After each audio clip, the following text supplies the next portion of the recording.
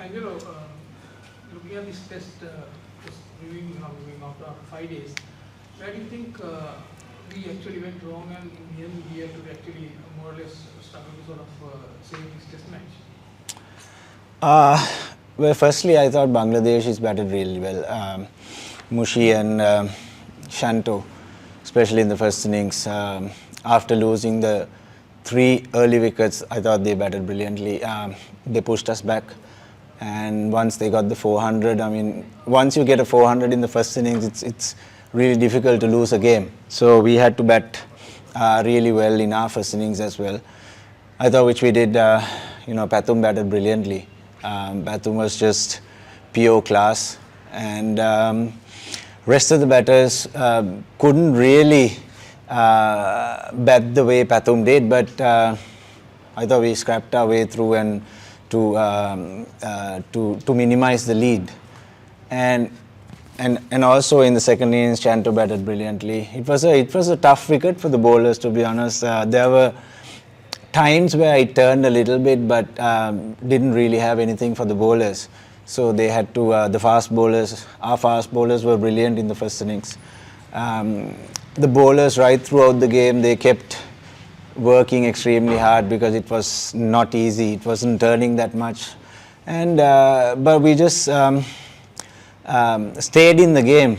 And if we had taken a couple of early on, wickets yesterday in their first innings, we could have, pushed for a win, but unfortunately we couldn't. But Shanto batted brilliantly. Angelo, මේ වගේ wicket එක බෝලර්ස්ලාට සහයෝගයක් නොලැබෙන වෙලාවක wicket එක ඔයගොල්ලන් සාමාන්‍යයෙන් ඒ වගේ වෙලාවට මොනවද කරන්න හදන්නේ මැච් එකේ රැඳිලා ඉන්න මොනවද කරන්නේ? මම හිතන්නේ අපිට හුඟක් දේවල් කරන්න බෑ මොකද ඒගොල්ලන් බැට් කරපු ආකාරයත් බැලුවම විකට් එකේ ඒ ස්වභාවයත් හැටියට අපිට රන්ස් ටයිට් කරලා බෝල් කරන්න තමයි අපිට අපේ ප්ලෑන් එක වුණේ මොකද එච්චර ඉෆෙක්ටිව් වෙන්නේ නැහැ මේ විකට් එකේ බෝලර්ස්ලා. ඉතින් අපිට අපේ ප්ලෑන් එක වෙලා තිබුණේ ඒගොල්ලන්ගේ පාර්ට්නර්ෂිප්ස් යනකොට විශේෂයෙන් අපි එක තැනක බෝල් කරගෙන පුළුවන් තරම් ලකුණු ඒ ස්කෝරිං රේට් එක පල්ලෙහා තියාගෙන යන්න මොකද අපි දන්නවා සමහර වෙලාවට මේ ගාල්ලේ තනතිල්ලේ හවස් වරුවේදී තමයි හුඟක් වෙලාවට කැපෙන්න පටන් ගන්න. ඉතින් පළවෙනි සෙෂන් දෙකේ බෝල් කරනකොට වැඩි ඇටැක් කරන්න ගියේ නැහැ මොකද තනතිල් ඉතාමත්ම හොඳයි පිතිකරුවන්ට ඒ හින්දා අපි වැඩි ඇටැක් කරන්න ගියේ නැහැ. Angelo, we could see so much of love from the fans and players and past players throughout this match. You can just say a few words on how you feel about it. I'm overwhelmed. Ever since I announced my retirement, I just can't imagine the love that I have received, up to now, still receiving. I mean, it is so special because you feel as a player once you give your 110% to the country, the amount of appreciation that you receive is unbelievable. It feels so special, very heartwarming, and I'm so thankful to all of them.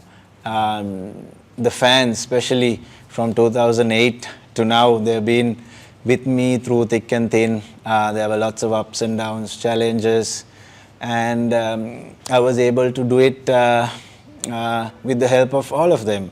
And a special mention to my family, my parents, my wife and the kids, everyone, the Almighty. He has blessed me with a wonderful career. I was hit by so many injuries and I never thought that I would reach the 100 test matches mark. But I never gave up.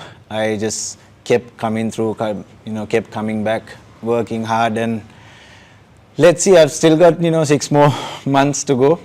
I'll give it my best shot for the, T20 World Cup. I would love to, sign off with a World Cup win. I'll just see how my body goes. If the selectors need me, I will, keep pushing and then, try my very best to do something for the country.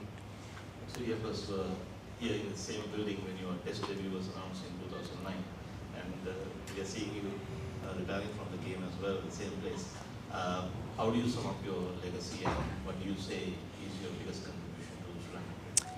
Also, I should thank all of you, the journalists also especially. I mean, I was a person where I took criticism also in a, in a positive way, in a constructive way, which is good because, as a player, as a sportsman, you do a lot of mistakes, but you try to learn from them. And then I've taken everything in a good way rather than, trying to fight with it. Or, there were instances where I thought, this was a little bit harsh. But at the end of the day, it made me a person who is willing to just sacrifice anything for the country and, take anything on the chin, take it the right way and then just, move forward. And I'm thankful to all of you for the support that I have received over so many years. And this is a very special place for me. I played my first game, the 100th game, and also the last game here. And this has been a fortress for the national team for over 2 decades. And this will always be a very special place, and I'm thankful that we were able to do quite well. Obviously, the worst possible result would be a loss because Bangladesh played so well in this test match. But we kept fighting, and then we didn't want to lose because we have one more game to go and then we can still win the series. So this will always remain as a very special place, and I wish the team all the success. They are a great bunch of players. They've supported me right throughout. I'm very thankful to them. All the past, present coaches, everyone who has supported me.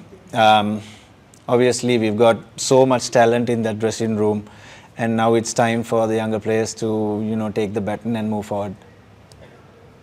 Angelo, you haven't always had the smoothest sailing with the Bangladesh team, but this test we, really saw you enjoy yourself out there today. There was a really nice moment with Mushfiq.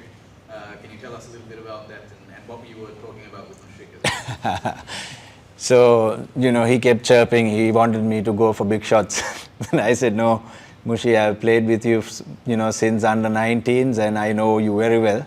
And this is not the time for me to go for big shots. Obviously, we want to draw this game. But, they were brilliant. They were very respectful. We've known each other for a very long time. And yes, we had moments, we had heated moments in the past, but we shouldn't hold on to anything. We should move on and then play the game respectfully. Angie, from here onwards for the next 6 months, how are you going to plan your preparation for the G20 World Cup? Yeah, well, obviously, I will just focus on my fitness. Obviously, the older you get, the harder you have to work in terms of fitness, and then obviously trying to keep in good shape and good form. Obviously, there'll be things like LPLs and club tournaments and all that coming up. So if I can keep playing in those, and then obviously once you retire, it's very difficult to sort of if you are away from any cricket, it's very difficult to come back. So I will keep playing domestic cricket and whatever there is in front of me. And if there are any opportunities coming my way, even in leagues or whatever, I'll just keep playing till the next 6 months and see how it goes.